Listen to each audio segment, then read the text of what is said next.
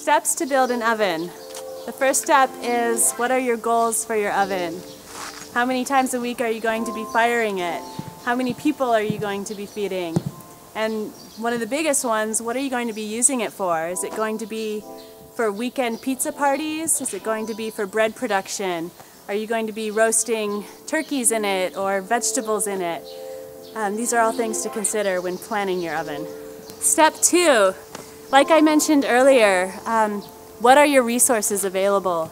We built our whole oven base out of this purple rock that's widespread in the area. There's huge quarries everywhere, and we salvaged all the offcuts from that, and we're able to dry stack this whole base.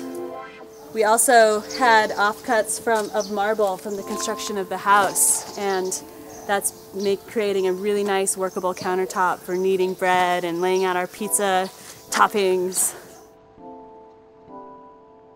Step 3, create a design of your oven. Where's your oven going to go?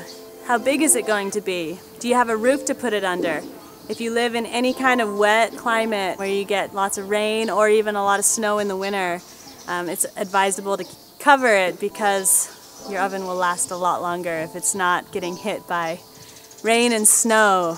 Deciding whether a chimney is suitable for you or no chimney.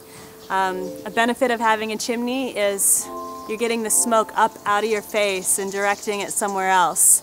It also affects the airflow of the fire. A disadvantage of a chimney is you get a lot of heat loss. It's harder to close your oven off, especially if you have a really good insulation layer. Here in our oven, we really need to get the smoke up and out. There's eventually going to be a roof here, and this is going to be open to the rest of the sala, the building area, and we really don't want the wind coming in and blowing smoke into the building. So these are all things to think about on paper before you start the actual building process. Step 5. Now that you've gathered and sourced all of your materials and built your design for your oven, it's time to build the base. A base doesn't need to be elaborate. Ours is pretty elaborate. We wanted to incorporate a nice working counter, and we have our wood storage underneath here. Since this is going to be a really nice clean garden space and gathering space, we wanted to keep it really nice and tidy underneath. But your base can also be just big enough to fit your whole pizza oven, just really simple as well.